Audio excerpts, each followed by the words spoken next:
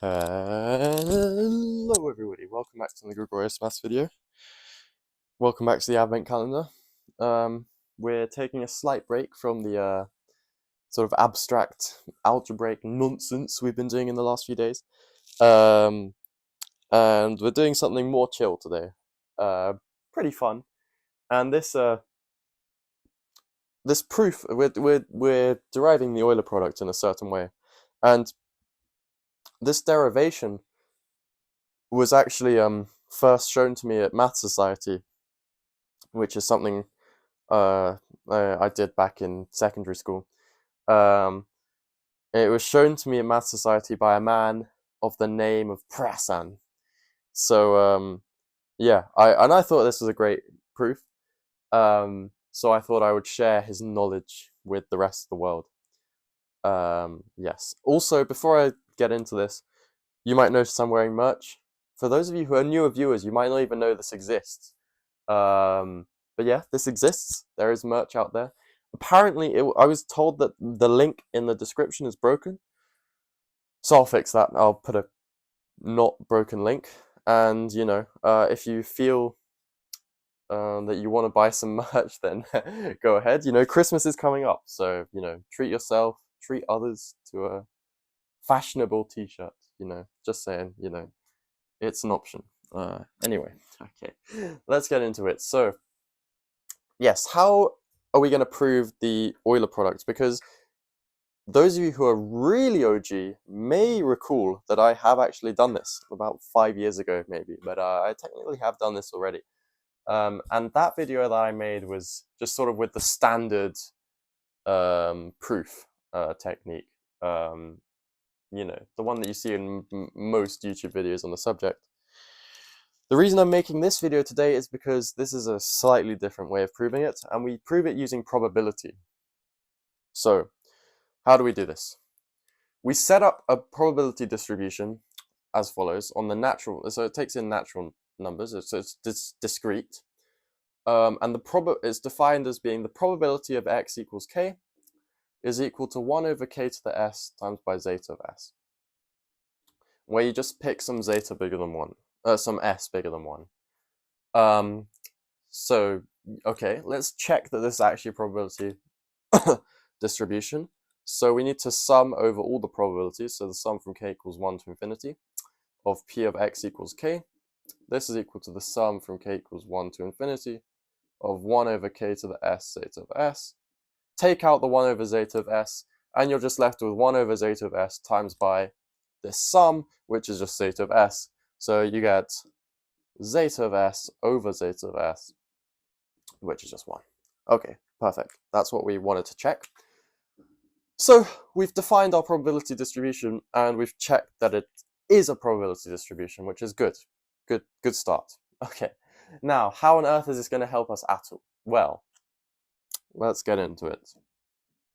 So, the next thing to consider here is, what is the probability that x is divisible by k? So, in other words, what is p of x equals k plus p of x equals 2k plus, and so on and so on. The probability that x is divisible by k.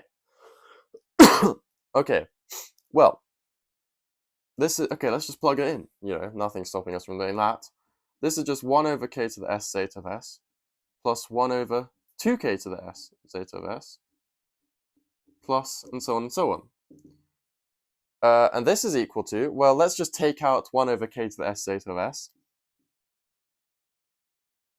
And what are we left with? We're left with 1 plus 1 over 2 to the s plus 1 over 3 to the s plus, and so on and so on. But this right here, that's just zeta of s. So this and this will cancel, and you just get 1 over k to the s. So the probability that x is divisible by k is just 1 over k to the s. And yes, I hope I didn't do anything for those analysis nerds watching this. I hope that this is all legal. You know, I haven't proven this in some unrigorous manner. You know, if I have, let me know. But okay, anyway, bottom line, the probability that x is divisible by k 1 over k to the s. Good. Okay. Now, let's keep on going. Let's keep going. So, next thing to notice is being divisible by n and being divisible by m, those are independent events.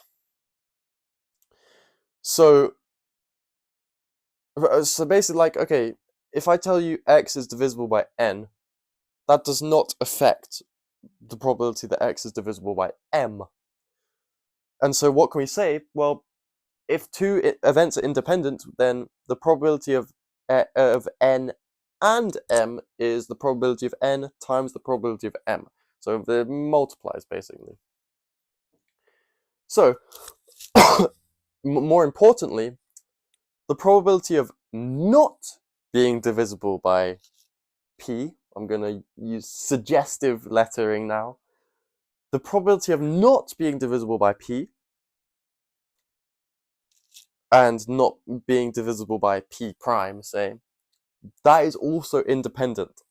So, what we can say is, and I'm going to use shorthand here, the probability of not being divisible by p1 and not being divisible by p2 and so on over all primes. So I'm considering the probability that x is not divisible by any prime. This can be multiplied out to be p of p1 prime times p of p2 prime times and so on.